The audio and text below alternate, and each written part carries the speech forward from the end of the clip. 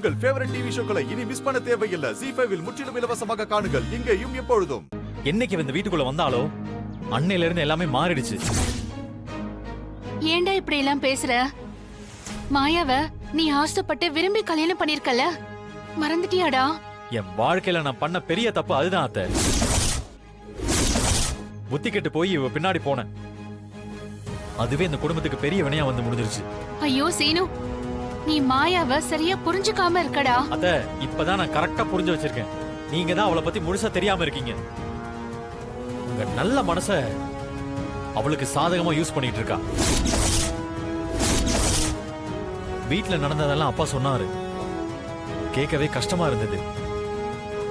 பார்வதி அத்தை இப்படி செய்வாங்கன்னு நான் நினைச்ச கூட பார்க்கல அத்தை. ஆனா இதுக்கெல்லாம் ஆரம்ப புள்ளி இவதான். நீங்களே யோசிச்சு பாருங்க அத்தை. இவ செய்யற தப்பாலதான் எல்லாமே நடக்குது.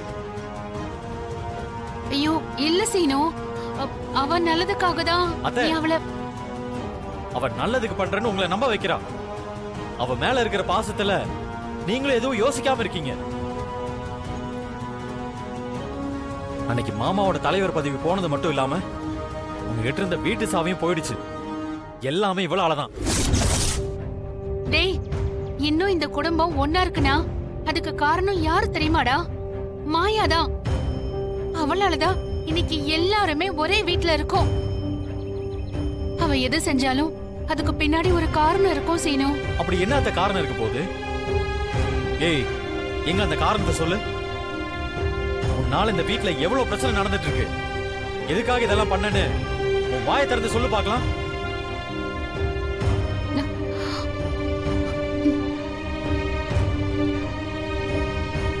பாருங்க, இப்ப கூட அவ வாயை திறக்காம தான் நிக்கிறா. ஏன்னா அவ தப்பு பண்றான்னு அவளுக்கே தெரியும். இவளை வீட்டை விட்டு அனுப்புனாலே எல்லாமே சரியா போயிடும் அத்தை. இவ என்கிட்ட கேட்ட பணத்தை சீக்கிரமே விட்டு எறிஞ்சிட்டு இவளை நானே வெளியே அனுப்புறேன். சீனு, டேய்,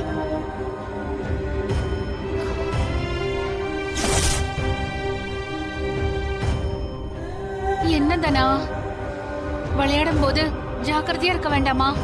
ஐயோ ரொம்ப வலிக்குதாடா. இல்லம்மா, நான் கேர்ஃபுல்லா தான் இருந்தேன். ஆனா எப்படியோ ஸ்லிப் ஆயிடுச்சு. ஏய், ஏண்டி போய் சொல்ற? உனக்கு அடிபட்டதுக்கு யார் காரணமோ அவங்களே சொல்ல வேண்டியதானே?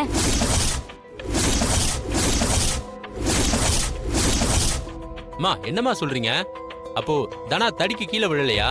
ஆஹா சித்தப்பா, நானும் தான் விழுந்தேன். அவங்க ஏதோ சும்மா சொல்றாங்க. தனா, நீரு நீங்க சொல்லுங்கம்மா. இப்ப இருக்க கோச் சுத்தமா சரியில்லை அங்கிள்.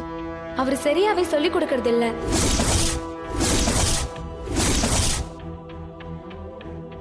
அப்போ அந்த கோச் தான் தனாவை பிடிச்சு தள்ளி விட்டாரா? யார் அவரு? எங்க இருக்காரு? ஐயோ மாமா, அப்படிலாம் ஒண்ணும் இல்ல. நானே தான் விழுந்தேன். அவரு ரொம்ப தப்பு தப்பா சொல்லி கொடுக்கறாரு. அவரு சொன்ன மாதிரி கேட்டு செஞ்சதுனாலதான் தனாக்கு இப்படி ஆயிடுச்சு. தனா மாதிரி ஒரு நல்ல பிளேயர் கிடைக்கிறதெல்லாம் ரொம்ப கஷ்டம். ஒரு நல்ல கோச் அவளுக்கு பிராக்டிஸ் கொடுத்தா அவ நேஷனல் லெவல்லயே நிறைய வின் பண்ணுவா. தனா, சிந்து மேடம் மட்டும் இன்னும் கோச்சா இருந்திருந்தா நல்லா இருந்திருக்கும். அவங்க ரொம்ப நல்லா கோச் பண்ணுவாங்க. தனா, அந்த கோச் சரியில்லைனா நீ அகாடமில கம்ப்ளைண்ட் பண்ண வேண்டியது தானே? அந்த கோச்சுக்கு சரியா எதுவும் தெரியலதான். ஆனா விழுந்தது ஏன் தப்பு. நான் ஃபோக்கஸ்டா இல்லாம போயிட்டேன். என்னால விளையாட்டுல கவனமா இருக்கவே முடியல. ஏன்? எப்பவுமே வேற விஷயம்தான் என் மைண்டுக்குள்ள ஓடிக்கிட்டே இருக்கு. வேற விஷயம்னா என்ன? கதர் தான்.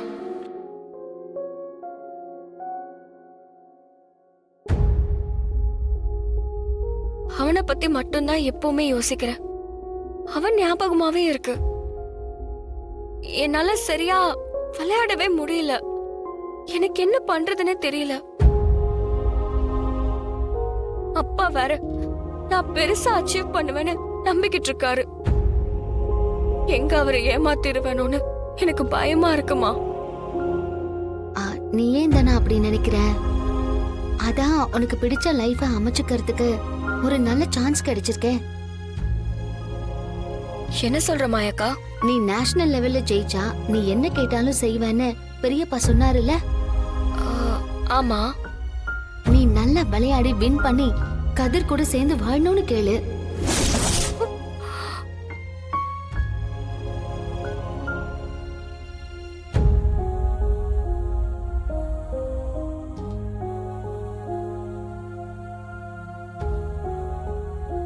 ஆமா தனா, மாயா சொல்றதுதான் சரி. உன் மனசுல இருக்கிற ஆசைய நீ அப்பா கிட்ட சொல்றதுக்கு அதுதான் சரியான நேரம். நீ கேட்டா அவர் இல்லைன்னு சொல்லவே மாட்டாரு. ஏன்னா அவர் இப்போ உனக்கு வாக்கு கொடுத்திருக்காரு. நீ நல்லா விளையாடி ஜெயிச்சு உன் மனசுல இருக்கிறத அவர்கிட்ட நீ சொல்லு. கதிர் கூட வாழறேன்னு சொல்லு. அவர் நிச்சயமா அதை பண்ணி வைப்பாரு. அப்பா அப்படி செய்வாராமா? என்னையும் கதிரையும் சேர்த்து வைப்பாரா? அவரை பத்தி உனக்கே தெரியும்ல தனா. அவர் ஒரு வாக்கு கொடுத்தா என்னைக்குமே அவர் அதை மீற மாட்டாரு. ஆ, அதுவும் உனக்காக அவர் என்ன வேணாலும் செய்வாரு. நீ முதல்ல ஃபோக்கஸ்டா இருந்து நல்லா பிராக்டிஸ் பண்ணி நேஷனல் லெவல்ல கேம்ல விளையாடி வின் பண்ணு. கண்டிப்பா பெரியப்பா உங்களை சேர்த்து வைப்பாரு. சரி மாயாக்கா. கடவுள் எனக்கு கொடுத்த ஒரு வாய்ப்பா நான் இதை எடுத்துக்கிறேன். இத்தனை நாள் நான் எனக்காக விளையாடணும்னு நினைச்சேன். இனிமே கதிருக்காக விளையாட போறேன். கதிர் கூட சேர்ந்து வாழ்றதுக்காக விளையாட போறேன். கண்டிப்பா நான் வின் பண்ணி அப்பா கிட்ட என் மனசுல இருக்கிற ஆசையை நான் சொல்லுவேன். சரியான நேரத்துல நல்ல ஐடியாவை சொல்லிருக்க. தேங்க்ஸ் மாயாக்கா. என்ன தேங்க்ஸ் எல்லாம் சொல்லிக்கிட்ட? நீயும் கதிரும் ஹாப்பியா இருந்தாலே எனக்கு போதும். ம்.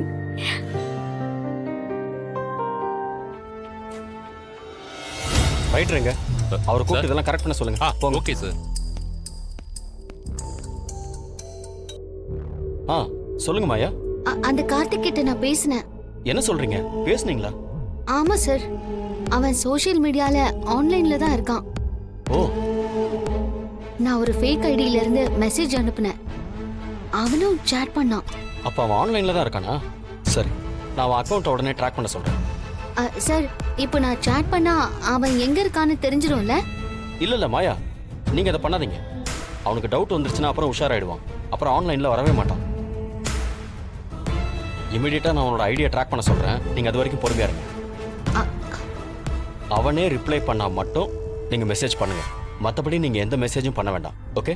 அந்த மீன் டைம்ல அவனை பிடிச்சிடலாம். ஓகே சார், எப்படியாவது அவனை பிடிச்சாகணும். அப்பதான் பெரியம்மா பேர்ல இருக்கிற பழி போகும். கண்டிப்பா மாயா, அவன் சீக்கிரம் மாட்டுவான். நீங்க அவனுக்கு டவுட் வராம மட்டும் பாத்துக்கங்க. Okay sir.